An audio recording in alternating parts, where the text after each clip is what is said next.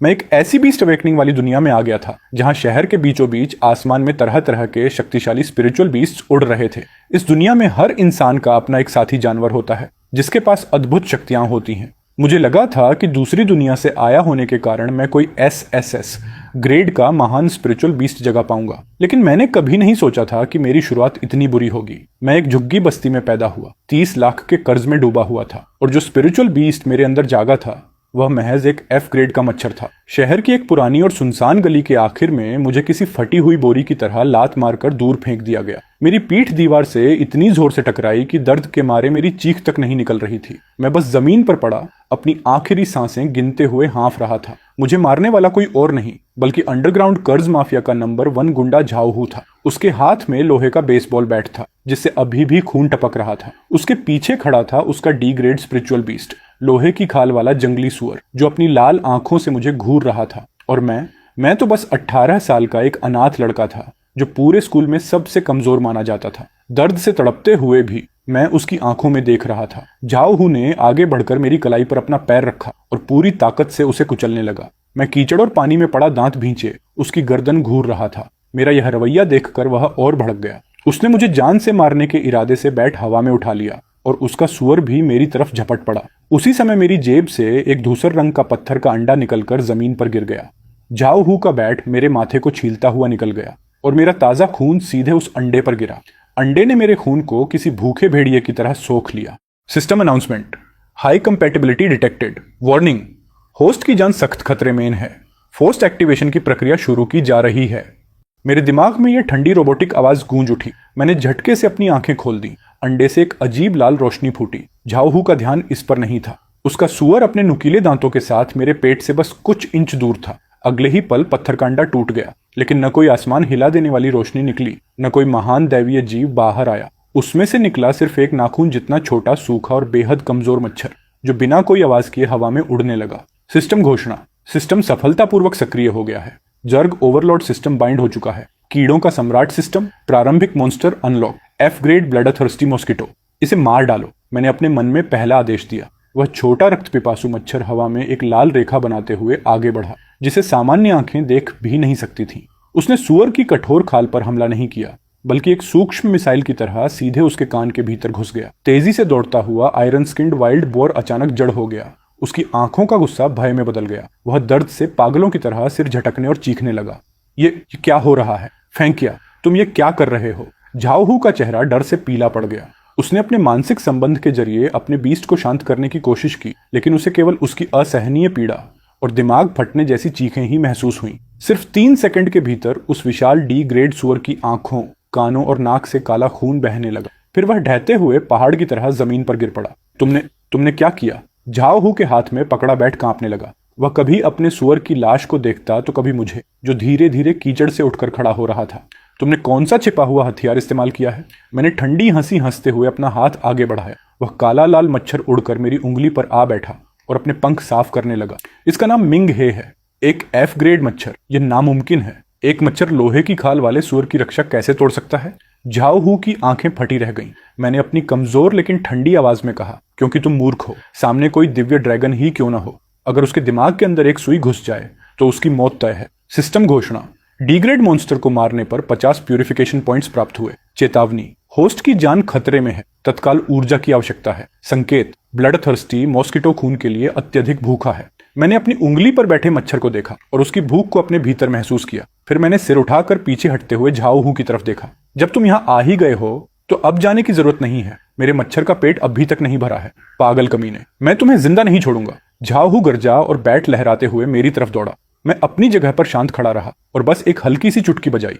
अगले ही पल उसका हाथ हवा में ही रुक गया। उसे महसूस हुआ कि उसके गले पर बर्फ जैसी ठंडक छा गई है और एक जानलेवा जहर उसके पूरे शरीर में फैलने लगा है। उसकी सांसें रुकने लगी। बैट उसके हाथ से छूटकर जमीन पर गिर गया। झाओहू का वह मजबूत और कसरती शरीर अब आंखों के सामने ही सूख कर सिकुड़ने लगा था। 10 सेकंड के बाद झाओहू घुटनों के बल जमीन पर गिर पड़ा और एक सूखी बेजान चमड़ी के कंकाल में बदल गया। सिस्टम घोषणा, एक अवेकनर को मारने पर 10 इवोल्यूशन पॉइंट्स प्राप्त हुए हैं। चेतावनी, वर्तमान इवोल्यूशन पॉइंट्स जर्ग स्प्लिट मोड को अनलॉक करने के लिए पर्याप्त नहीं है। आगे शिकार जारी रखने की सलाह दी जाती है। मैं दीवार का सहारा लेकर जमीन पर फिसलते हुए बैठ गया और जोर जोर से हाँफने लगा। मैंने देखा मिंग हे उड़कर दोबारा मेरी उंगली के पोर पर आ बैठा था, जिसका पेट अब खून से बिल्कुल लाल और चमकदार हो चुका था। मेरे मन में कोई डर नहीं था, बल्कि मैं पागलों की तरह हंसने लगा। यही तो ताकत है, यही वो ताकत है जिसके लिए अब मुझे किसी के सामने झुकने की जरूरत नहीं है और न ही किसी के सामने दुम हिलाकर भीख मांगने की जरूरत है।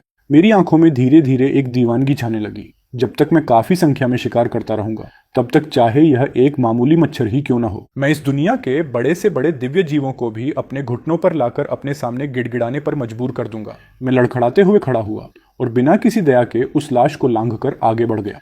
तियानलांग की नंबर 1 बीस्ट मास्टर एकेडमी के मेन गेट पर आलीशान लग्जरी कारों का मेला लगा हुआ था। शानदार यूनिफॉर्म पहने छात्र ग्रुप्स में खड़े थे और उनके साथ तरह तरह के अनोखे और शानदार स्पिरिचुअल बीस्ट्स थे। जैसे ही मैं एक पुरानी टूटी फूटी शेयरिंग साइकिल से नीचे उतरा, तभी एक तीखी और कानों को चुभने वाली आवाज गूंजी। ब्रांडेड बैटल सूट पहने कुछ लड़के मेरे चारों तरफ आकर खड़े हो गए। उनका लीडर एक मोटे शरीर वाला लड़का था, जिसके बाल पीछे की तरफ संवरे हुए थे। उसका नाम लियू कियांग था। वह ली याओतियान का नंबर 1 चमचा था, जिसके पास एक सी ग्रेड का ग्रेट स्ट्रेंथ डेमन गोरिल्ला यानी महाबली शैतानी गोरिल्ला था। लियू कियांग बड़े ही ड्रामेबाज अंदाज में जोर से हंसा और उसके पास खड़े उस शैतानी गोरिल्ला ने भी माहौल बनाते हुए अपनी छाती को जोर जोर से पीटा और एक डराने वाली दहाड़ मारी।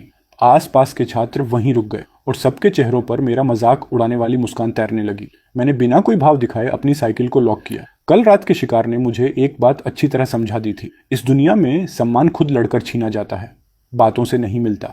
लेकिन मैं अब भी स्कूल के गेट पर हाथ नहीं उठा सकता था। यहाँ के नियम बहुत सख्त हैं। किसी को मारने पर सीधे एनफोर्समेंट टीम आ जाएगी और मेरी मौजूदा ताकत अभी इतनी बड़ी नहीं है कि मैं देश के सरकारी सिस्टम से सीधे टकरा सकूं। रास्ता छोड़ो, मैंने ठंडे लहजे में बस ये 2 शब्द कहे। लियू कियांग मेरे इस ठंडे और बेरुखी भरे बर्ताव से बुरी तरह भड़क गया।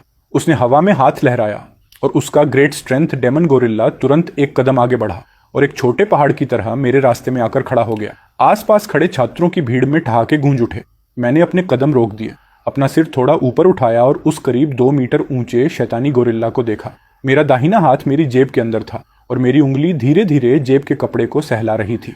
मिंग हे इस वक्त मेरी कलाई के अंदर छिपा बैठा था। मैं मन ही मन हिसाब लगा रहा था कि उस गोरिल्ला की दोनों आंखों को अंधा करने में मुझे 3 सेकंड का समय लगेगा या फिर उसकी पैर की नस काटने में 5 सेकंड का समय लगेगा। ठीक उसी पल एक बेहद ठंडी और घमंडी आवाज ने इस तमाशे को बीच में ही रोक दिया। भीड़ में पल भर में सन्नाटा छा गया और लोग खुद ब खुद हटकर एक तरफ रास्ता देने लगे। एक उड़ने वाली आलीशान लग्जरी कार धीरे से आकर रुकी। उसका दरवाजा खुला और उसमें से एक अमीर लड़का नीचे उतरा। उसके कंधे पर एक एस ग्रेड का शिकारी जीव बैठा हुआ था। लियू कियांग का चेहरा तुरंत एक चापलूस गुलाम जैसा हो गया। अरे यंग मास्टर ली, मैं तो बस आपकी तरफ से इस लड़के को सबक सिखा रहा था जो हमारी एकेडमी के नाम पर धब्बा है। ली याओतियान ने अपने कंधे पर बैठे उस शिकारी जीव के नुकीले सिर को धीरे से सहलाते हुए कहा, क्या कभी कोई शेर सड़क किनारे भौंकने वाले आवारा कुत्तों पर ध्यान देता है? आज नए छात्रों का ट्रायल का दिन है। ऐसे फालतू इंसान के पीछे अपनी ताकत बर्बाद मत करो। चलो। इतना कहकर वह सीधे मेरे पास से गुजर गया। लियू कियांग ने मुझे एक बेहद जहरीली नजर से घूरा और फुसफुसाया, किस्मत अच्छी है साले तेरी। दोपहर के प्रैक्टिकल एग्जाम का इंतजार कर, मैं तुझे रिंग में ही सीधा करूंगा। भीड़ धीरे धीरे बिखर गई। मैं अपनी जगह पर खड़ा रहा और दूर जाते ली याओतियान की पीठ को देखने लगा। मेरे होठों पर एक क्रूर मुस्कान उभर आई। शेर, आवारा कुत्ता, मैं उम्मीद करता हूं कि जब तुम्हारे इस दिव्य ड्रैगन का सारा खून चूस कर उसे एक सूखी लाश बना दिया जाएगा, तब भी तुम अपना यह घमंड बरकरार रख पाओगे। तियानलाम एकेडमी का पिछला हिस्सा, बैक माउंटेन ट्रायल जोन। यहाँ बड़ी संख्या में कम लेवल के जंगली और खूंखार जानवर पाले जाते थे। ये वो जगह थी जहाँ नए छात्रों को प्रैक्टिकल ट्रेनिंग दी जाती थी और वे अपने पालतू जीवों को शिकार खिलाते थे। आमतौर पर बाकी छात्र यहाँ ग्रुप्स में आते थे और उनकी देखरेख के लिए टीचर्स मौजूद होते थे, लेकिन मैं अकेला था। मैंने मुख्य रास्ते को छोड़ दिया और सबसे घने जंगली इलाके के भीतर घुस गया। यहाँ मेरे आने का केवल एक ही मकसद था, अपनी सेना खड़ी करना, यानी ज्यादा से ज्यादा कीड़े पैदा करना। तभी मेरे सामने सिस्टम की नीली स्क्रीन खुल गई। मैंने मन ही मन अपना स्टेटस देखा। मेरा नाम वांग बाथियान है। मेरा स्पिरिचुअल बीस्ट मिंग हे अभी F ग्रेड पर है। मेरे पास इस वक्त 60 इवोल्यूशन पॉइंट्स हैं और सिस्टम मुझे अपना पहला मिशन दिखा रहा है। अपनी पहली जर्ग यानी कीड़ों की टुकड़ी का निर्माण करें, जिसके लिए मुझे 100 इवोल्यूशन पॉइंट्स और 50 किलो निचले स्तर का मांस और खून चाहिए। बाहर आओ मिंग हे। मैंने अपना हाथ आगे बढ़ाया। वह काले और लाल रंग का मच्छर भिनभिनाते हुए बाहर निकला और बड़े ही मजे में मेरे चारों तरफ चक्कर काटने लगा। जाओ, वह तुम्हारा बुफे है। मैंने सामने झाड़ियों में बेरी के फल खा रहे एक विंड रनर रैबिट, तेज दौड़ने वाले खरगोश की तरफ इशारा किया। किसी आम नए छात्र के लिए इस तेज दौड़ने वाले खरगोश को पकड़ना बेहद मुश्किल होता था, क्योंकि इसकी रफ्तार बहुत तेज होती है। लेकिन मेरे मच्छर की सुपरविजन वाली आंखों ने जैसे ही उस खरगोश को लॉक किया, उसकी हरकतें इतनी धीमी हो गईं मानो वह रुक रुक कर चल रहा हो। वह खरगोश अपने कान खड़े करने तक का मौका नहीं पा सका कि उसे अपनी गर्दन पर एक तेज दर्द महसूस हुआ। मिंघे के उस बेहद मजबूत और नुकीले डंक ने पलक झपकते ही उसकी खाल को छेद दिया था। जैसे ही उसके शरीर में सुन्न करने वाला जहर पहुंचा, महज आधे मिनट के भीतर वह मोटा ताजा खरगोश धड़ाम से जमीन पर गिर पड़ा। सिस्टम घोषणा: एफ ग्रेड जीव विंड रनर रैबिट का खून चूसने पर 2 इवोल्यूशन पॉइंट्स प्राप्त हुए हैं। बहुत धीमा है। मैंने अपनी भौहें सिकोड़ी। अगर मैं इसी तरह एक एक करके खून चूसता रहा तो ली याओतियान की ताकत का मुकाबला करने में मुझे न जाने कितना समय लग जाएगा। ठीक उसी समय सिस्टम की ठंडी आवाज दोबारा गूंजी। सिस्टम घोषणा: होस्ट चाहे तो 50 इवोल्यूशन पॉइंट्स खर्च करके सिंगल स्प्लिट फंक्शन को चालू कर सकता है। इसके बाद मिंघे एक क्वीन की तरह काम करेगी। उस सोल्जर मॉस्किटोज की अपनी पहली फौज तैयार करेगी। मैंने बिना किसी झिझक के इस फंक्शन को एक्टिवेट कर दिया। मैंने देखा कि उस खरगोश की लाश पर बैठे मिंघे का शरीर अचानक बुरी तरह कांपने लगा। उसका पेट आंखों के सामने किसी गुब्बारे की तरह फूल गया और कुछ ही पल में लाल मोतियों जैसे 10 छोटे छोटे अंडे बाहर निकल आए। हवा के संपर्क में आते ही वे अंडे तुरंत फूट गए। उनका असली आकार किसी आम मक्खी के बराबर ही था, लेकिन उन सभी के पास मिंघे की तरह ही बेहद नुकीले और धारदार डंक थे। वे 10 सैनिक मच्छर अपने अंडों को तोड़कर बाहर आ चुके थे। भले ही वे अपनी क्वीन मिंघे जितने ताकतवर नहीं थे, लेकिन उनकी संख्या ही उनकी सबसे बड़ी ताकत थी। अपने चारों तरफ उड़ते हुए उन 11 मच्छरों को देखकर मेरी आंखों में राज करने की आग सुलगने लगी। ये तो बस अभी शुरुआत है। जाओ, इस जंगल में जो भी जिंदा चीज दिखे उसका सारा खून चूस कर उसे पूरी तरह सुखा दो। मैंने अपना हाथ हवा में लहराते हुए जोर से आदेश दिया। वे 11 मच्छर छोटे बॉम्बर विमानों की तरह पंख फैलाकर जंगल की गहराइयों में गायब हो गए। पल भर के भीतर वह पहाड़ी इलाका जो अब तक जानवरों की आवाजों से गूंज रहा था, एक बेहद ही अजीब और खौफनाक सन्नाटे में डूब गया। गुफाओं में छिपे जंगली चूहे हों, पेड़ों पर बैठी हरी नागिनें हों, या फिर रास्ते से गुजरने वाले जंगली सुअर, जो भी मेरे मच्छरों के सामने आया, उन सब पर मौत का कहर टूट पड़ा। किसी बड़े और भारी जानवर के लिए एक मच्छर का काटना शायद सिर्फ खुजली जैसा हो, लेकिन जब 100 मच्छर एक साथ मिलकर एक ही जगह हमला करते हैं तो वो एक ऐसा जानलेवा टॉर्चर बन जाता है जिससे बचना नामुमकिन है। Evolution points +1 +2 +5। सिस्टम पैनल पर इवोल्यूशन पॉइंट्स के नंबर अब पागलों की तरह भाग रहे थे।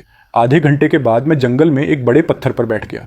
मेरे पैरों के पास अलग अलग छोटे जंगली जानवरों की सूखी हुई लाशों का ढेर लगा था और मेरे चारों तरफ मंडरा रही मच्छरों की सेना, जो शुरू में सिर्फ 11 थी, अब बढ़कर 100 हो चुकी थी। अब यह कोई चंद कीड़े नहीं थे, बल्कि एक काली, घनी और डरावनी धुंध बन चुकी थी, जिसे देखकर ही किसी के भी रोंगटे खड़े हो जाएं। यही तो जर्क कीड़ों की प्रजाति की सबसे खूंखार खूबी है, रोलिंग स्नोबॉल इफेक्ट, यानी लगातार बढ़ते जाना। जब तक इन्हें मांस और खून मिलता रहेगा, ये दुश्मनों के लिए कभी न खत्म होने वाला काल बने रहेंगे। बस करो। सिस्टम में 500 इवोल्यूशन पॉइंट्स जमा होते ही मैंने इस कत्लेअम को रोक दिया। फिलहाल के लिए संख्या काफी थी, अब मुझे ताकत की क्वालिटी बढ़ानी थी।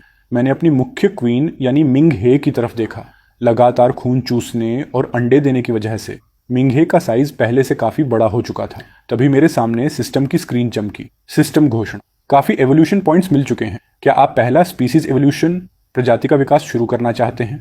अगला रूप: ब्लड विंग एम्परर मॉस्किटो। जरूरी सामान: एक लेवल 1 खूंखार जानवर का असली और शुद्ध खून। ठीक उसी वक्त जंगल की गहराइयों से एक कंपा देने वाली दहाड़ गूंजी। उसके तुरंत बाद एक लड़की के चीखने की आवाज आई। बचाओ, कोई बचाओ! ये एक आयरन क्लैड राइनो है। ये पागल हो चुका है।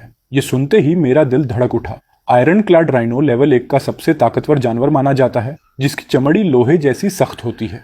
मिंघे के इवोल्यूशन के लिए इससे बेहतर चीज और कुछ नहीं हो सकती थी। रही बात उस लड़की को बचाने की, तो मैं कोई आम कहानियों का सीधा साधा हीरो नहीं हूं जो लड़की की चीख सुनते ही अपनी जान दांव पर लगाकर कूद पड़े। मैं एक क्रूर मुस्कान के साथ उठ खड़ा हुआ। मेरे पीछे उड़ रहे 100 सैनिक मच्छर हवा में किसी काले कफन की तरह मेरे साथ चलने लगे।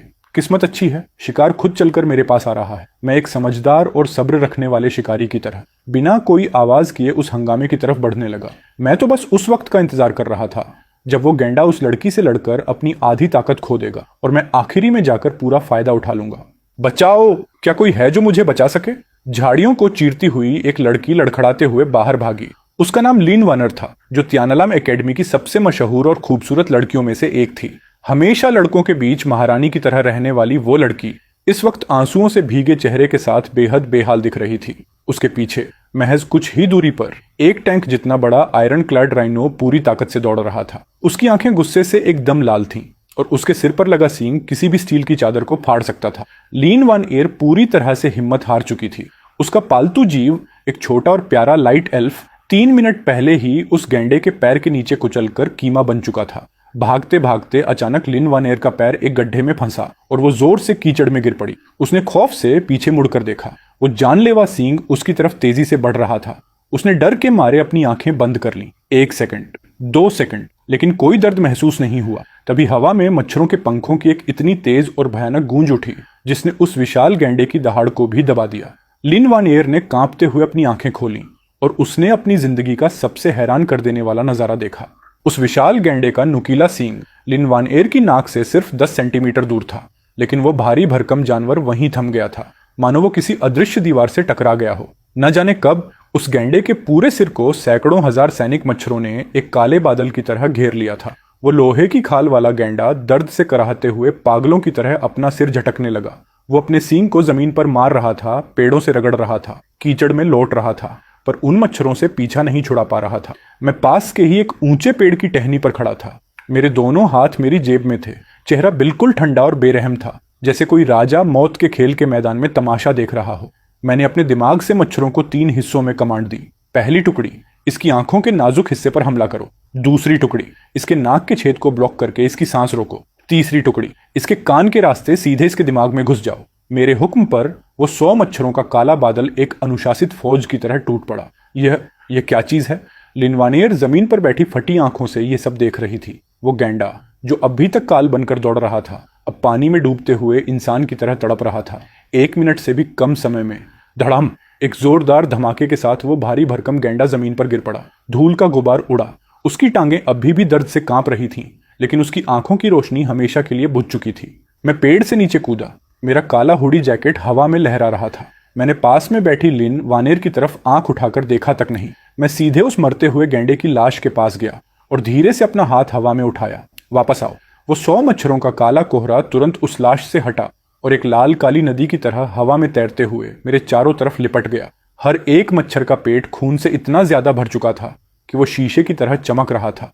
इसके अंदर लेवल 1 के जानवर का सबसे कीमती और शुद्ध खून था। और इस फौज के बिल्कुल बीच में हमारी मुख्य क्वीन मिंग हे उस गैंडे के सींग की जड़ पर बैठी थी। उसका शरीर अब बहुत तेजी से बदलना शुरू हो चुका था। सिस्टम घोषणा। हाई क्वालिटी लेवल 1 खून को 100% सोख लिया गया है। इवोल्यूशन की शर्तें पूरी हो चुकी हैं। इवोल्यूशन की प्रक्रिया शुरू की जा रही है। मेरी आंखों में एक दीवानगी छा गई। मेंटल लिंक के जरिए मैं महसूस कर सकता था कि एक बेहद खूंखार और बेलगाम ताकत उस गैंडे की लाश से निकलकर सीधे मेरे खुद के शरीर के अंदर समा रही थी। कड़क कड़क। मिंगहे के शरीर के ऊपर का पुराना कवच टूटकर गिरने लगा। हवा में एक ऐसा खौफनाक प्रेशर पैदा हुआ कि आसपास के छोटे मोटे जानवर दहल उठे। उसका साइज कोई बहुत ज्यादा बड़ा नहीं हुआ। वो अब सिर्फ एक इंसान की मुट्ठी के बराबर थी, लेकिन अब उसके पास 2 नहीं बल्कि 4 पंख आ चुके थे और उन खून जैसे लाल पंखों के किनारे किसी धारदार चाकू की तरह तेज थे। सिस्टम घोषणा। इवोल्यूशन सफल रहा। नया नाम Bloodwing Emperor Mosquito level. First grade level 1। नई खूबी एक सोनिक ब्लास्ट। ये एक ऐसी घातक हाई फ्रीक्वेंसी आवाज निकालेगा जो सीधे दुश्मन के अंदरूनी अंगों को चीरकर रख देगी। नई खूबी 2। Blood crystal armour. इसकी खुद की डिफेंस पावर अब लोहे से भी ज्यादा मजबूत हो चुकी है। System announcement. Bloodwing Emperor Mosquito की ताकत काफी बढ़ चुकी है। अब यह आम आग और फिजिकल हमलों को आसानी से झेल सकता है। नई खूबी 3। यूनिटी ओनरा। इसके तहत होस्ट के कंट्रोल में रहने वाले छोटे मच्छरों की संख्या अब बढ़कर 1000 हो सकती है। शानदार। मैंने अपना हाथ आगे बढ़ाया और वो लाल रियल क्रिस्टल जैसी दिखने वाली क्वीन मिंगहे बड़ी ही शान से उड़कर मेरी हथेली पर आकर बैठ गई। तभी पीछे खड़ी लिन वान एयर आखिरकार होश में आई। वह लड़खड़ाते हुए खड़ी हुई और मेरी पीठ को देखते हुए उसकी आंखों में गहरा अचंभा छा गया। उसे अपनी आंखों पर यकीन नहीं हो रहा था। वांग बाथियान, क्या यह सच में तुम हो? उसने स्कूल की मेरी वो पुरानी और फटी हुई यूनिफॉर्म पहचान ली थी और इस चेहरे को भी, जो पूरे स्कूल में 1 नंबर के फालतू लड़के के नाम से मशहूर था। मैं धीरे से पीछे मुड़ा। मेरी आंखों में किसी को बचाने के बाद वाली फिक्र नहीं थी, बल्कि मैं उसे ऐसे देख रहा था मानो किसी सामान को चेक कर रहा हूं। मेरा चेहरा एकदम ठंडा और बर्फीला था। इस गैंडे का सींग मुझे चाहिए। मैंने जमीन पर पड़ी उस विशाल लाश की तरफ इशारा किया। बाकी की खाल और मांस तुम रख सकती हो। इसे अपनी जुबान बंद रखने की फीस समझो। लिन वान एयर एकदम हैरान रह गई। एकेडमी के पुराने तौर तरीकों के हिसाब से तो जब कोई लड़का किसी लड़की की जान बचाता है तो वो आपस में दोस्ती करते हैं या साथ मिलकर लड़ते हैं, पर यहाँ तो नज़ारा ही अलग था। अगर जिंदा रहना चाहती हो तो अपना मुंह बंद रखना। मैं 2 कदम आगे बढ़ा। मेरे शरीर से आ रही खून की गंध ने लिन वान एयर को डर के मारे पीछे हटने पर मजबूर कर दिया। आज यहाँ जो कुछ भी देखा है, अगर उसका एक शब्द भी किसी को बताया, खासकर यह कि मेरे पास इतने सारे मच्छर हैं। मैं थोड़ा रुका। मेरी उंगली पर बैठी मिंगहे ने हवा में एक तीखी और कान फाड़ने वाली गूंज निकाली और पलक झपकते ही उड़कर लिन वान एयर के माथे के ठीक सामने रुक गई। तो अगली बार यह नुकीला डंक सीधा तुम्हारे दिमाग के पार होगा। लिन वान एयर का चेहरा खौफ से एकदम सफेद पड़ गया। मैं एक ठंडी मुस्कान के साथ आगे बढ़ा और फुर्ती से उस गैंडे का सींग काट लिया। ये सींग ब्लैक मार्केट में बहुत अच्छे दामों पर बिक सकता था, जिससे मेरा कुछ कर्जा भी उतर जाता और मच्छरों की फौज के लिए ढेर सारा सस्ता मांस भी आ जाता। चलता हूँ, मैंने हवा में हाथ हिलाया। मेरे पीछे उड़ रहे 100 मच्छरों की फौज एक काले कफन की तरह मेरे साथ लिपटी और मैं जंगल की गहराइयों में गायब हो गया। पीछे अकेली खड़ी लिन वान एयर उस विशाल लाश को देखकर कांप रही थी। उसे अचानक एक बेहद डरावने सच का एहसास हुआ। वो लड़का जिसे पूरा स्कूल बेकार समझता था, उसने सिर्फ 1 मिनट के अंदर लेवल 1 के सबसे खूंखार जानवर को तड़पा तड़पा कर मार डाला था। अब तियानला एकेडमी का वक्त बदलने वाला था। तियानला एकेडमी का सेंट्रल अखाड़ा आज खचाखच भरा हुआ था। ये नए छात्रों का सालाना टेस्ट था। स्टेडियम के चारों तरफ सीनियर स्टूडेंट्स और टीचर्स बैठे हुए थे। तभी अखाड़े के बीचों बीच खड़े रेफरी टीचर ने जोर से ऐलान किया, अगला मुकाबला क्लास 12 बी के लियू कियांग बनाम क्लास 12 ई के वांग बातियान। हा हा हा हा। पूरे स्टेडियम में एक साथ ठहाके गूंज उठे। सबके मजाक उड़ाने के बीच लियू कियांग बेहद घमंड के साथ छाती फुलाकर स्टेज पर आया। उसके पीछे उसका 2.5 मीटर ऊंचा ग्रेट स्ट्रेंथ डेमन गोरिल्ला चल रहा था, जिसकी भारी मांसपेशियां लोहे जैसी लग रही थीं। वो गोरिल्ला अपनी छाती पीटते हुए जोर से दहाड़ा, जिससे पूरे मैदान में धूल उड़ गई। लियू कियांग ने अखाड़े के दूसरी तरफ, जहां से खिलाड़ी आते हैं, आंखें तरेर कर देखा और चिल्लाया, साले बेकार चूहे, अभी तक छुपा हुआ है क्या? जल्दी बाहर आ और अपने दादा के पैर छू। तभी टनल के अंधेरे में से कदमों की आवाज सुनाई दी, एकदम शांत, नापने तोलने वाली और बिना किसी हड़बड़ी के। मैं बाहर आया। मेरे दोनों हाथ मेरी जेब में थे। सूरज की धूप मेरे थोड़े पीले चेहरे पर पड़ रही थी, जिससे मैं थोड़ा सुस्त और लापरवाही भरा लग रहा था। सर, क्या हम मुकाबला शुरू कर सकते हैं? मैंने लियू कियांग की तरफ आंख उठाकर देखा तक नहीं, बस सीधे रेफरी से पूछा। रेफरी ने अपनी भौहें सिकोड़ी। उसे मेरा यह बेफिक्र और घमंडी बर्ताव बिल्कुल पसंद नहीं आया था। दोनों खिलाड़ी अपनी जगह पर आ जाएं। नियम बहुत आसान है। जब तक कोई एक हार न मान ले या लड़ने के लायक न बचे, तब तक मुकाबला चलेगा। किसी को जानबूझकर अपाहिज करना या मारना सख्त मना है। शुरू करो। अपनी मौत को दावत दे रहा है साले। खुद को पूरी तरह नजरअंदाज किए जाने पर लियू कियांग गुस्से से पागल हो गया। डेमन गोरिल्ला, इसके टुकड़े टुकड़े कर दो। इसके चेहरे पर मारो अपना रॉक क्रशर पंच। वह भारी भरकम डेमन गोरिल्ला एक तोप के गोले की तरह मेरी तरफ झपटा। उसके विशाल मुक्के के चारों तरफ मिट्टी जैसी पीली रोशनी चमक रही थी और हवा को चीरती हुई उसकी ताकत सीधे मेरे चेहरे की तरफ बढ़ रही थी। यह मुक्का अगर किसी आम इंसान को लग जाता तो उसकी हड्डियां बारूद की तरह बिखर जाती। स्टेडियम में बैठी लड़कियां डर के मारे चीख पड़ी। सबसे ऊंचे वीआईपी केबिन में बैठा ली यवतियान आराम से अपने हाथ में वाइन का ग्लास हिला रहा था। उसके होठों पर एक घटिया मुस्कान थी। कितना उबाऊ मैच है, 1 सेकंड में खेल खत्म। लेकिन अगले ही पल वहां बैठे हर एक इंसान का चेहरा पत्थर आ गया। उस पहाड़ जैसे मुक्के को अपनी तरफ आते देख मैं अपनी जगह से टस से मस नहीं हुआ। मैंने बस अपना सिर थोड़ा सा साइड में किया और अपनी उंगलियों से एक हल्की सी चुटकी बजाई। शू! हवा को चीरती हुई एक लाल बिजली चमकी, जिसकी रफ्तार इतनी खौफनाक थी कि किसी की आंखें उसे देख भी नहीं सकीं। उस डेमन गोरिल्ला का भारी मुक्का मेरी नाक से सिर्फ 1 इंच की दूरी पर था, लेकिन वो वहीं का वहीं जम गया। उसका विशाल शरीर अभी भी आगे बढ़ने की पोजीशन में था, लेकिन उसकी खूंखार आंखों की नसें अचानक खून से लाल हो गईं। उसने चीखने के लिए अपना मुंह खोला, लेकिन उसके गले से एक छोटी सी आवाज भी बाहर नहीं आ सकी। धड़ाम! वह 2.5 मीटर ऊंचा डेमन गोरिल्ला सीधे घुटनों के बल मेरे सामने गिर पड़ा। उसके माथे के ठीक बीचों बीच एक छोटा सा लाल सुराख बन चुका था। यही है तुम्हारा सी ग्रेड का पालतू जानवर? मैं अपने सामने घुटने टेके खड़े उस विशाल जानवर को और कुछ ही दूरी पर डर से कांप रहे लियू कियांग को देख रहा था। एक कांच जैसी चमकदार और लाल रोशनी से दमकती हुई क्वीन मच्छर इस वक्त उस गोरिल्ला के सिर के पीछे हवा में मंडरा रही थी। सिर्फ एक पल के अंदर हमारी ब्लडविंग एम्परर मॉस्किटो ने सुपरसोनिक रफ्तार से उस गोरिल्ला के माथे को आर पार छेद दिया था। उसने सीधे उसके दिमाग के मेन नर्वस सिस्टम को तबाह कर दिया और सिर के पीछे से बाहर निकल आई। पूरे स्टेडियम में ऐसा सन्नाटा छा गया मानो वहां कोई जिंदा ही न बचा हो। जो लोग अभी कुछ सेकंड पहले हंस रहे थे, उनके मुंह बतख की तरह खुले के खुले रह गए थे, पर उनके गले से एक आवाज तक नहीं निकल रही थी। यहां तक कि वीआईपी केबिन में बैठे ली यवतियान का हाथ भी बुरी तरह कांप उठा, जिससे उसकी वाइन नीचे गिरते गिरते बची। वह झटके से अपनी सीट से खड़ा हो गया और फटी आंखों से उस लाल मच्छर को घूरने लगा। उसकी आंखों की पुतलियां सिकुड़ चुकी थीं। अखाड़े के बीच में मैं धीरे से नीचे झुका और मैंने उस बेजान पड़े गोरिल्ला के कड़े हो चुके चेहरे को थपथपाया। देख लिया, इतना बड़ा शरीर होने का क्या फायदा जब दिमाग ही सुरक्षित न हो। मैं सीधा खड़ा हुआ, मेरी ठंडी नजरें पूरे स्टेडियम पर घूमी और आखिर में जाकर लियू कियांग के पीले पड़ चुके चेहरे पर टिक गई। हाँ तो क्या कह रहे थे तुम? मुझे किसके पैरों के बीच से निकलना होगा? लियू कियांग की टांगों ने पूरी तरह जवाब दे दिया। वह सीधे कीचड़ की तरह जमीन पर ढेर हो गया। उसका पेशाब छूटने वाला था। मैं हार मानता हूं, मुझे मत मारो, मुझे मत मारो। रेफरी टीचर का हाथ भी इस खौफनाक नजारे को देखकर कांप रहा था। उसने कांपती हुई आवाज में माइक पर ऐलान किया, विजेता क्लास 12 ई के वांग बाथियान। रेफरी का ऐलान गूंजते ही मैं तुरंत पलटकर स्टेज से नीचे उतर गया। मैंने न तो लोगों की वाहवाही का मजा लिया और न ही लियू कियांग को कोई धमकी दी, क्योंकि यह तो बस एक शुरुआत थी। मुझे इस स्कूल के बच्चों वाले खेल जैसी जीत में कोई दिलचस्पी नहीं थी। जहां असली मुकाबला होने वाला था वही जगह मेरा असली मैदान थी। रात होते ही मैं तियानलान शहर के कोने पर बने 7 नंबर के मिलिट्री ब्लॉक यानी खून से सनी बंजर जमीन पर पहुंच गया। वहां लगी कंटीली तारों और वॉच टावर के बीच बड़ी बड़ी सर्च लाइटें लगातार चारों तरफ घूम रही थी। ये जगह इंसानी दुनिया और खूंखार जानवरों के इलाके के बीच की बॉर्डर थी। इन तारों के पार एक अंतहीन घना जंगल था, जहां हमेशा जहरीला लाल कोहरा छाया रहता था और जिसमें न जाने कितने खूंखार जानवर छिपे थे।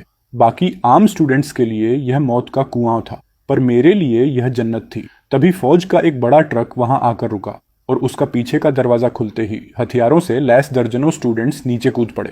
ये वो चुनिंदा छात्र थे जिन्होंने पहला राउंड पास किया था और अब यहाँ 3 दिन तक जंगल में जिंदा रहने का असली टेस्ट देने आए थे। सबके चेहरों पर डर और एक्साइटमेंट साफ दिख रहा था। सिर्फ मैं ही था जो एक पुराना खाली बैग टांगे, दोनों हाथ जेब में डाले चुपचाप एक कोने में खड़ा था। अरे देखो, हमारा स्कूल का सबसे बड़ा आवारा यहाँ भी आ गया। लियाओतियान अपने कुछ चमचों के साथ मेरी तरफ तंज कसते हुए बढ़ा। उसने मेरे पैरों के पास रखे एक बड़े और भारी बोरे की तरफ देखा। मैंने उसकी बात पर ध्यान तक नहीं दिया। मैंने बस झुककर उस 50 किलो के भारी बोरे को उठाया जिसमें जानवरों का मांस और ओंझड़ी भरी हुई थी। रास्ता छोड़ो। मैंने सीधा लियाओतियान के कंधे पर जोरदार टक्कर मारी और गेट की तरफ बढ़ गया। उसके चमचे मुझ पर हाथ उठाने ही वाले थे कि लियाओतियान ने उन्हें रोक दिया। वह मेरी पीठ को घूरते हुए मन ही मन कोई गंदा प्लान बनाने लगा। आधे घंटे बाद मैं उस बंजर जमीन के अंदर 5 किलोमीटर तक घुस चुका था। मैंने आम रास्तों और उन जगहों को पूरी तरह छोड़ दिया जहां बड़े जानवर मिलते हैं। मैं जानबूझकर ऐसी अंधेरी, सीलन भरी और दलदल वाली जगहों को ढूंढ रहा था जहां सिर्फ जहरीले कीड़े और सांप होते हैं। यही सही जगह है। मैं एक विशाल सड़ी हुई पेड़ की जड़ के पास रुका जिसके चारों तरफ दलदल था। बाहर आओ मेरे बच्चों। मैंने वो बड़ा बोरा खोला और सैकड़ों किलो बदबूदार मांस और खून से सने अंग उस कीचड़ में पलट दिए। खून की गंध हवा में फैलते ही मेरे कॉलर और बालों में छिपे मच्छरों का झुंड बाहर निकल आया। अब मेरे पास पूरे 500 सैनिक मच्छर हो चुके थे। मैंने उन्हें तुरंत खाना खाने और अंडे देने का हुक्म दिया। अगर कोई आम इंसान इस नज़ारे को देख लेता तो उसे जिंदगी भर डरावने सपने आते। वो 500 मच्छर उस सड़े हुए मांस पर पागलों की तरह टूट पड़े और उसका खून सोखने लगे। जैसे जैसे उन्हें ताकत मिल रही थी उनके पेट चमकने लगे। ये इस बात का इशारा था कि वो अब और ज्यादा मच्छर पैदा करने वाले थे। क्वीन मिंग हे हवा में मंडराते हुए एक खास आवाज निकाल रही थी जिससे मच्छरों के बढ़ने की स्पीड कई गुना तेज हो गई थी। उनकी संख्या अब रॉकेट की रफ्तार से बढ़ रही थी। पर मेरा ध्यान सिस्टम स्क्रीन पर आए एक नए ऑप्शन पर था। सिस्टम, जहरीला दलदल डिटेक्ट हुआ है। क्या आप 200 इवोल्यूशन पॉइंट्स खर्च करके माहौल के हिसाब से बदलाव शुरू करना चाहते हैं? हाँ बिल्कुल, मैंने बिना सोचे कमांड दी। तभी अंडे से निकलने वाले नए मच्छरों के शरीर में एक खौफनाक बदलाव होने लगा। अब उनका रंग सिर्फ काला नहीं था बल्कि उनके पेट पर एक हरे रंग की पोटली जैसी बन गई थी जिसके अंदर एक बेहद खतरनाक और हाई प्रेशर वाला जहर तैर रहा था। ये मेरी फौज का पहला स्पेशल सिपाही था, सूटसाइड पॉइजन मॉस्किटो, आत्मघाती जहरीला मच्छर। इनकी खुद की ताकत बहुत कम थी और ये तेज उड़ भी नहीं सकते थे, पर जैसे ही ये किसी दुश्मन के पास पहुंचते इनके पेट की वो हरी पोटली बम की तरह फट जाती और उसमें से ऐसा तेजाब निकलता जो लोहे को भी पल भर में गला दे। सबसे अच्छी बात यह थी कि इन्हें बनाने का खर्चा न के बराबर था।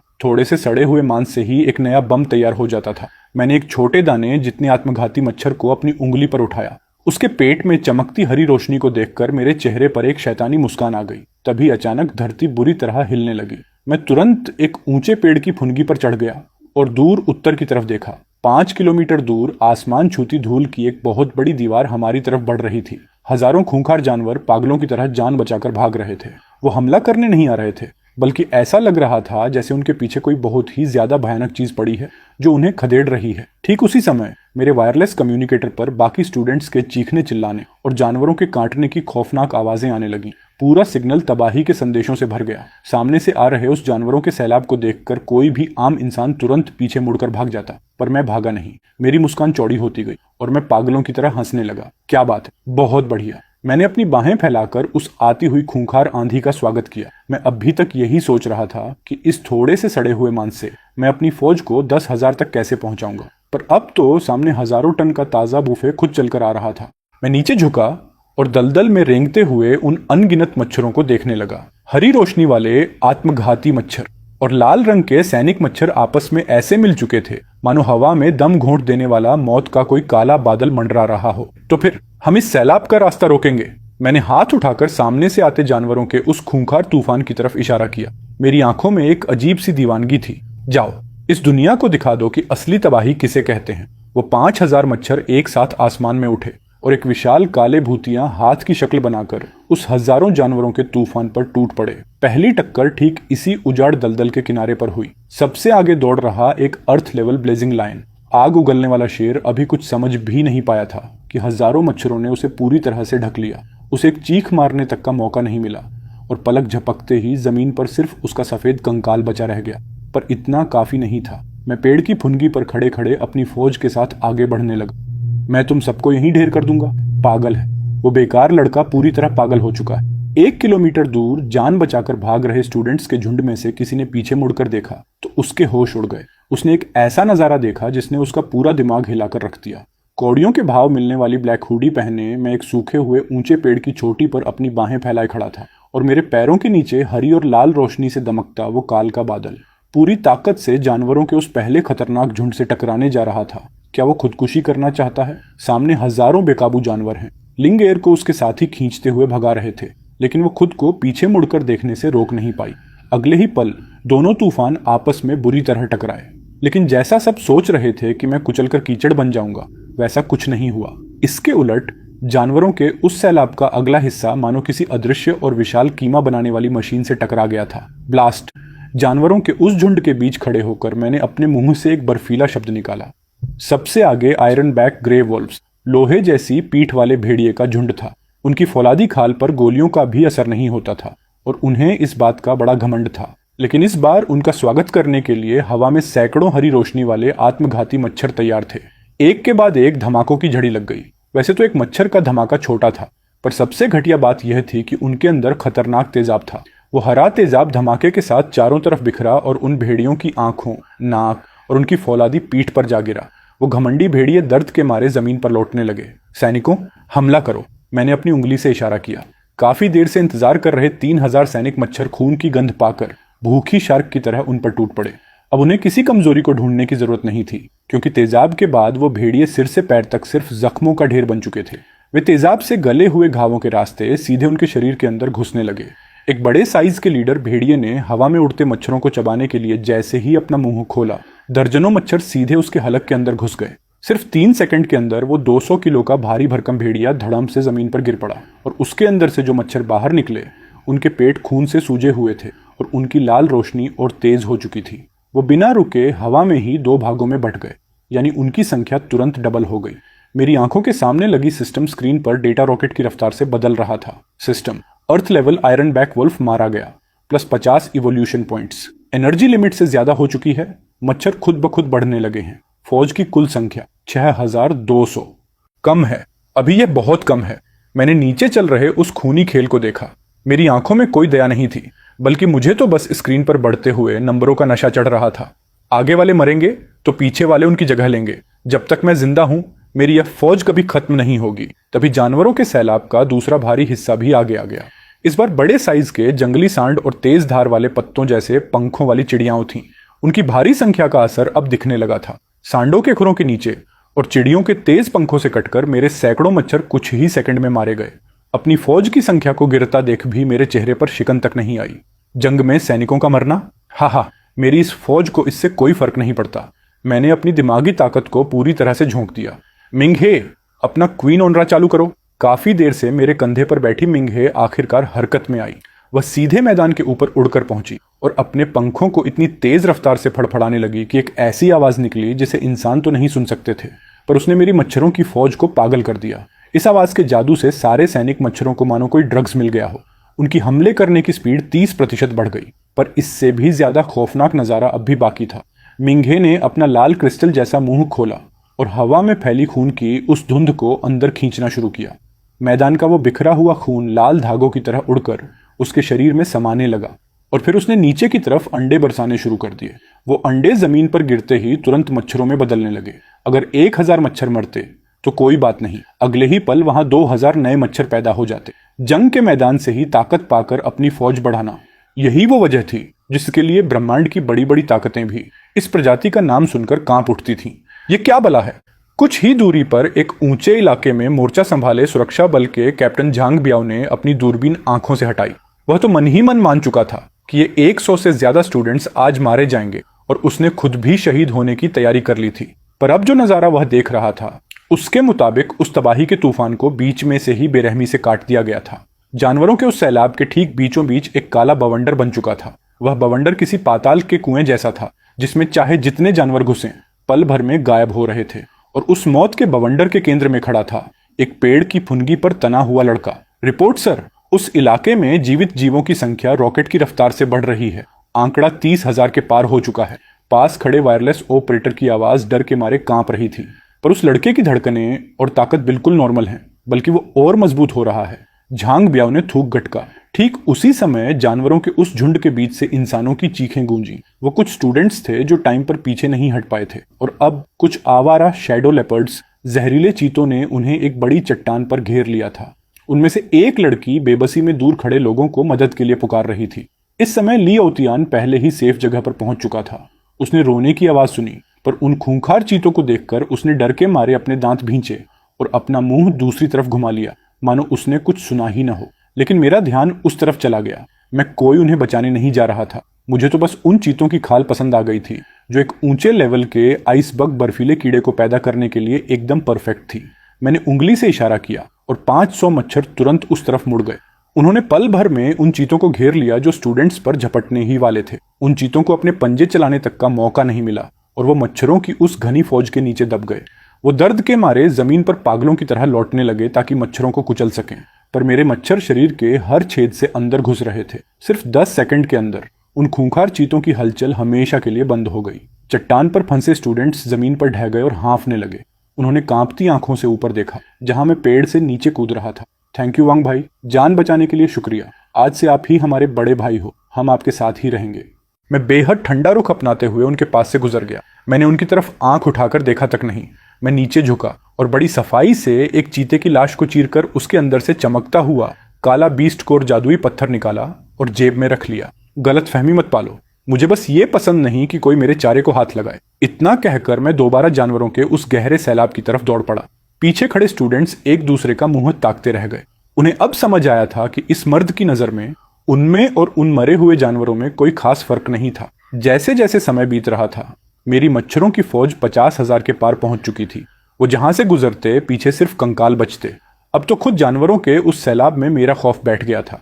जो जानवर पहले पागलों की तरह दौड़ रहे थे वो अब अपनी जान बचाने के लिए मुझसे दूर भागने लगे। मजा आ गया, बहुत ही शानदार। मैंने स्क्रीन पर देखा, मेरे इवोल्यूशन पॉइंट्स 5000 की लिमिट को पार कर चुके थे। पर तभी जंगल के सबसे गहरे हिस्से से एक ऐसी खौफनाक और भारी ताकत उठी कि हवा में उड़ते मेरे कई छोटे मच्छर उस दबाव से बेहोश होकर जमीन पर गिर पड़े। एक ऐसी दहाड़ गूंजी मानो आसमान से बिजली गिरी हो। दूर दूर तक फैले हजारों जानवरों का वो सैलाब डर के मारे एक साथ घुटनों पर बैठ गया। ये कोई इज्जत नहीं थी, ये उनके खून में बसा वो खौफ था जो उन्हें घुटने टेकने पर मजबूर कर रहा था। मैंने झटके से पीछे देखा और मेरी आंखें फटी की फटी रह गईं। जंगल के छोर से 3 मंजिल ऊंची इमारत जितना बड़ा एक दानव बाहर निकल रहा था, जिसके पूरे शरीर पर नीली बिजलियां कौंध रही थीं। वह जहां कदम रखता जमीन झुलसकर काली हो जाती। उसकी पीठ पर लगे कांटे किसी आसमानी बिजली को सोखने वाले टावर जैसे थे और उसकी दोनों आंखें बड़ी बड़ी सर्च लाइटों की तरह सीधे मुझ पर टिक गईं। जो उस मैदान पर अकेला खड़ा इंसान था। सिस्टम की स्क्रीन लाल रंग की वार्निंग से पागलों की तरह चमकने लगी। सिस्टम वार्निंग, खतरा, एक लॉर्ड लेवल दानव आ चुका है। Target, thunder strike Titan lizard, बिजली उगलने वाला महा लेवल सी क्लास लॉर्ड। खतरा, बेहद जानलेवा, तुरंत भागने की सलाह दी जाती है। Lord level. मैंने अपने सूखे होठों पर जुबान फेरी। कोई आम स्टूडेंट होता तो शायद देखकर ही बेहोश हो जाता, पर मैं पीछे नहीं हटा। इसके उलट मेरी आंखों में लालच की आग भड़क उठी। 5000 पॉइंट्स, अगर मैं इसे मार दूं तो क्या मेरे पॉइंट्स 10,000 पार हो जाएंगे? और अगर मेरी क्वीन मिंग हे ने इसे खा लिया तो वह किस लेवल पर पहुंच जाएगी। मैंने धीरे से अपना दाहिना हाथ उठाया और उस भगवान जैसे दानव की तरफ अपनी बीच की उंगली मिडिल फिंगर खड़ी कर दी। आ जाओ ओए बड़े चूहे, देखते हैं कि तेरी खाल ज्यादा मोटी है या मेरे बच्चों के दांत ज्यादा पैने। वह महादानव इस बेइज्जती से बौखला गया। उसकी पीठ के कांटे नीली रोशनी से जगमगा उठे। बिना कोई टाइम वेस्ट किए उसने अपना सबसे बड़ा हमला बोल दिया, थंडर हेल। उसकी पीठ से बिजली का एक विशाल रस्सा निकला और हवा में हजारों छोटी बिजलियों में बंटकर सामने के 500 मीटर के पूरे इलाके पर गिर पड़ा। घनी फौज बनाकर उड़ रहे मेरे मच्छरों के लिए यह सीधा काल था। हवा में हर तरफ मच्छरों के जलने की बदबू फैल गई। मेरी आंखों के सामने मेरी 50,000 की फौज का 1/3 हिस्सा एक झटके में राख हो गया। दिमाग से जुड़े होने के कारण इतनी बड़ी तादाद में मच्छरों की मौत का सीधा झटका मेरे शरीर पर लगा और मेरे मुंह से खून का फव्वारा छूट पड़ा। हा, मर गया, वो साला पक्का मर गया। दूर सुरक्षित पहाड़ी पर खड़ा ली। औतियान यह देखकर खुशी के मारे नाचने लगा। वो बिजली का राजा है, कीड़ों का काल। वांग बाथियान उससे भिड़ने चला था। अब उसे भगवान भी नहीं बचा सकता। पर मैंने बस अपने हाथ से मुंह का खून पोंछा और मेरी आंखों की दीवानगी और बढ़ गई। एरिया डैमेज स्क्रिप्ट, ठीक, देखते हैं तू कितनी बार यह चला पाता है। मैंने दर्द को झेला और अपने दिमाग को पूरी स्पीड से दौड़ाया। बिखर जाओ, सब अलग हो जाओ, चारों तरफ से घेरो। आत्मघाती मच्छरों की पहली टुकड़ी, जमीन से सटकर उड़ो और उसके पेट पर हमला करो। सैनिक मच्छरों, जान की परवाह मत करो, सीधे उसके मुंह और नाक के अंदर घुस जाओ। बचे हुए 30,000 से ज्यादा मच्छर अब एक जगह जमा नहीं थे, बल्कि वे धूल की आंधी की तरह चारों तरफ बिखर गए और हर कोने से उस पर टूट पड़े। वह महादानव पागलों की तरह अपने पंजे हवा में चला रहा था और हर बार सैकड़ों मच्छरों को कुचल रहा था। उसने दोबारा बिजली छोड़ी। फिर से मैदान काला हो गया, पर मच्छर बहुत ज्यादा थे और बहुत छोटे थे। उस विशाल शरीर के लिए मच्छरों को मारना ऐसा था मानो तोप से मक्खी मारना। पूरी ताकत होने के बाद भी वह कुछ नहीं कर पा रहा था। यही मौका है, ब्लास्ट। मैंने देखा कि दानव की पहली ताकत खत्म हो चुकी थी और वह अगली सांस ले रहा था। हजारों बचे हुए आत्मघाती मच्छर मिसाइलों की तरह सीधे उसके पेट के घावों से जा टकराए। एक के बाद एक धमाके हुए और तेजाब ने उसकी लॉर्ड लेवल की खाल को भी गलाकर गोश्त बाहर ला दिया। वह दर्द के मारे चीखता हुआ जमीन पर लौटने लगा। अभी खत्म नहीं हुआ है। मैं चुपके से रेंगते हुए उस दानव से सिर्फ 50 मीटर की दूरी पर पहुंच चुका था। मेरे हाथ में उस जंगली सांड का नुकीला सींग था और मेरी नजरें दानव के पेट के उस खुले हुए जख्म पर थीं। मिंगे, तैयार हो। मेरे कॉलर में छिपी मच्छरों की राजा चुपचाप अपने पंख फड़फड़ाने लगी। वह सही मौके का इंतजार कर रही थी। मैदान पर मच्छरों की फौज लगभग खत्म होने की कगार पर थी। तभी उस महादानव ने एक बार फिर अपना विशाल मुंह खोला ताकि वह बची कुची फौज को पूरी तरह साफ कर सके। हमला, मैं चिल्लाया, पर मैंने मिंग हे को सीधे जाने नहीं दिया, बल्कि एक ऐसा दांव खेला जिसकी किसी ने उम्मीद नहीं की थी। मैंने अपनी पूरी ताकत लगाकर उस सांड के सींग को भाले की तरह हवा में फेंका। मजबूत बाजू और सटीक निशाने के कारण वह सींग सीधे जाकर दानव की आंख में धंस गया। दानव ने दर्द के मारे अपनी आंखें बंद की और सिर घुमाया, जिससे उसका मुंह का हमला चूक गया और पास की चट्टान पर जा गिरा। ठीक उसी 0.1 सेकंड के गैप में एक लाल रोशनी की लकीर सीधे दानव के पीछे के हिस्से मलद्वार से उसके शरीर के अंदर घुस गई। ये सबसे गंदा तरीका था, पर सबसे ज्यादा असरदार था। पूरे मैदान पर सन्नाटा छा गया। दूर खड़ा लियोतियन भी खौफ के मारे अपनी पैंट पकड़कर कांपने लगा। यह तो नरक से भी गंदा दांव है। अगले ही पल वह लॉर्ड लेवल का महादानव एकदम शांत पड़ गया। उसकी आंखें बाहर उबल आईं और पूरे शरीर की नसें फटने लगीं। वह चीखना चाहता था, पर उसके हलक में कुछ फंसा हुआ था। उसके शरीर के अंदर अब एक खौफनाक कत्लेआम चल रहा था। अंदर घुसी मिंग हे ने उसके गर्म अंगों के बीच पागलों की तरह अंडे देने शुरू कर दिए थे। हजारों नए बच्चे उसके पेट के अंदर ही दावत उड़ा रहे थे। वह दानव पागलों की तरह पहाड़ों से टकराने लगा। उसने पूरी चट्टानें तोड़ दी। उसने अपने अंदर बिजली छोड़कर कीड़ों को मारना चाहा, पर इससे उसके अंदर के अंग और तेजी से जलने लगे। सिर्फ 1 मिनट के अंदर पूरी सेना को खत्म कर देने की ताकत रखने वाला सी क्लास लॉर्ड धड़ाम से जमीन पर गिरकर ढेर हो गया और अगले ही पल उसके नाक, कान और मुंह से लाखों लाल मच्छर फव्वारे की तरह बाहर निकल आए। मैं अपने थके हुए शरीर को खींचता हुआ उस मांस के पहाड़ की तरफ बढ़ा। दानव के शरीर से निकले वो लाखों मच्छर अपनी क्वीन मिंग हे को बीच में रखकर हवा में उड़ रहे थे। मिंग हे का रूप अब पूरी तरह बदल चुका था। उसका लाल क्रिस्टल जैसा शरीर अब गहरे पर्पल रंग का हो चुका था और उसका साइज छोटा होकर सिर्फ 1 उंगली जितना रह गया था। उसके 4 पंखों की जगह अब 6 पंख आ चुके थे, जिन पर नीली बैंगनी बिजलियां कौंध रही थीं। इवोल्यूशन पूरा हुआ। मैंने हाथ आगे बढ़ाया और वह बिजली से दमकती हुई 6 पंखों वाली क्वीन मेरी उंगली पर आकर बैठ गई। मैंने दूर भागते हुए जानवरों को देखा और फिर उन कांपते हुए स्टूडेंट्स की तरफ नजर घुमाई, जिनके चेहरे मुर्दे जैसे सफेद पड़ चुके थे। मैंने मिंग हे के पंखों को सहलाया और धीरे से मुस्कुराकर कहा, ली आओतियान, तेरे उस छोटे से पालतू छिपकली का मांस भी बहुत स्वादिष्ट होगा ना। सुबह का कोहरा अभी साफ भी नहीं हुआ था कि तियानलाम बीस्ट मास्टर एसोसिएशन के दफ्तर में शिकारियों की भारी भीड़ जमा हो चुकी थी। ये वो जगह थी जहां शिकारी अपना माल बेचकर पैसे लेते थे। तभी एक बहुत बड़ा बोरा पूरी ताकत से काउंटर पर पटका गया। काउंटर पर बैठा ऑफिसर डर कर उठ खड़ा हुआ। उसने अपना चश्मा ठीक किया और उस नए लड़के को डांटने ही वाला था जिसने फर्श गंदा कर दिया था, पर जैसे ही उसकी नजर उस लड़के की आंखों से टकराई, उसके मुंह की गाली हलक में ही सूख गई। मेरे कंधे पर एक अजीब से जामुनी रंग का मच्छर बैठा था। कीमत लगाओ, मैंने अपनी आंखें झुकाकर भारी आवाज में कहा। ऑफिसर ने झिझकते हुए उस बोरे की चेन खोली। अगले ही पल उसकी आंखें फटी की फटी रह गईं। उसके अंदर थंडर टाइटन लिजार्ड की रीढ़ की हड्डी और उसकी पूरी खाल सुरक्षित रखी थी, एक असली सी क्लास लॉर्ड की खाल। पूरे हॉल का शोर एक सेकंड में शांत हो गया। सबकी नजरें मुझ पर टिक गईं। सी क्लास लॉर्ड का माल इस शहर में सबसे कीमती चीज थी, जिसे बड़ी बड़ी फौजें अपनी जान दांव पर लगाकर भी नहीं ला पाती थीं। और यहाँ एक आम लड़का पूरी की पूरी सेट उठाकर ले आया था। भगवान, ये कट देखो, एकदम शीशे की तरह साफ है। इसे किस हथियार से काटा गया है? ये लड़का कौन है? पहले कभी नहीं देखा इसे। ऑफिसर ने एक मशीन से उस सबसे कीमती जादुई पत्थर को स्कैन किया। मशीन से एक तेज आवाज आई और उसकी वैल्यू स्क्रीन के पार निकल गई। शुद्धता 98%। इसमें बिजली की ताकत कूट कूट कर भरी है। ये तो एकदम नायाब हीरा है छोटे भाई। इसकी कीमत कम से कम 5 करोड़ है और अगर नीलामी में गई तो 8 करोड़ भी मिल सकते हैं। मेरे चेहरे पर कोई भाव नहीं था। मुझे पैसों से कोई मतलब नहीं था। मुझे बस यह पता था कि इस पैसे से मैं इतना न्यूट्रिशन लिक्विड खरीद सकता हूँ जिससे मेरी मच्छरों की फौज 1 लाख के पार पहुंच जाए। बिल बनाओ। मैंने टेबल थपथपाई। तभी ऊपर के वीआईपी रूम से एक भारी और घमंडी आवाज गूंजी। भीड़ ने तुरंत रास्ता छोड़ दिया। एक महंगे सूट में ढला अधेड़ उम्र का आदमी नीचे उतरा, जिसके पीछे ब्लैक कमांडो ड्रेस में 4 बॉडीगार्ड चल रहे थे। इस आदमी का चेहरा काफी हद तक ली ओतियन से मिलता था, पर इसकी आंखें किसी जहरीले सांप जैसी थी। यह था ली खानदान का मुखिया ली चांगहाई, जो इस एसोसिएशन का वाइस प्रेसिडेंट भी था। ली चांगहाई काउंटर के पास आया। उसने बिना मुझसे पूछे सीधे उस कीमती पत्थर को हाथ में उठा लिया। उसकी आंखों में साफ लालच दिख रहा था। बहुत बढ़िया चीज है, बिजली का सबसे बेस्ट कोर। ये मेरे बेटे औतियान के ड्रैगन को और मजबूत बनाने के काम आएगा। इतना कहकर उसने वह कोर अपने बॉडीगार्ड को थमा दिया और मेरी तरफ पलटकर बड़े आराम से बोला, यह माल अब से ली खानदान का हुआ। उसकी टोन ऐसी थी मानो वह कोई सच बता रहा हो। पूरा हॉल शांत था। किसी की मुंह खोलने की हिम्मत नहीं थी। यही तियानलान शहर में ली खानदान की ताकत थी। मैंने धीरे से अपना सिर उठाया और एक ठंडी मुस्कान के साथ पूछा, ले रहे हो तो पैसे दोगे? ली चांगहाई को मानो कोई जोक मिल गया हो। उसने हंसते हुए अपनी जेब से 100 रुपए का नोट निकाला और मेरे सामने टेबल पर फेंक दिया।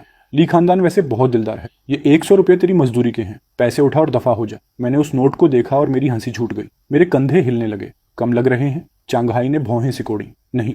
मैंने अपनी हंसी रोकी और 2 उंगलियों से उस नोट को उठाया और सबके सामने अपनी उंगलियों के बीच उसे मसलकर राख की तरह उड़ा दिया। मैं तो इस बात पर हंस रहा हूं कि इतनी उम्र होने के बाद भी तेरे इस दिमाग में कचरा भरा हुआ है। मैं एक कदम आगे बढ़ा। अब मेरे और ली चांगहाई के बीच सिर्फ आधे मीटर की दूरी थी। मैंने उसकी आंखों में झांकते हुए कहा, मेरा माल चाहिए तो अपनी जान दांव पर लगानी होगी। ली चांगहाई का चेहरा गुस्से से काला पड़ गया। चारों तरफ मौत का सन्नाटा छा गया। कौड़ी के इंसान की इतनी हिम्मत। इस शहर में आज तक किसी ने ली खानदान को मना नहीं किया। अगर तुझे तमीज नहीं है तो सुनो, मुझे शक है कि यह लड़का गद्दारों से मिला हुआ है। इसे यहीं ढेर करो और इसका सारा माल जब्त कर लो।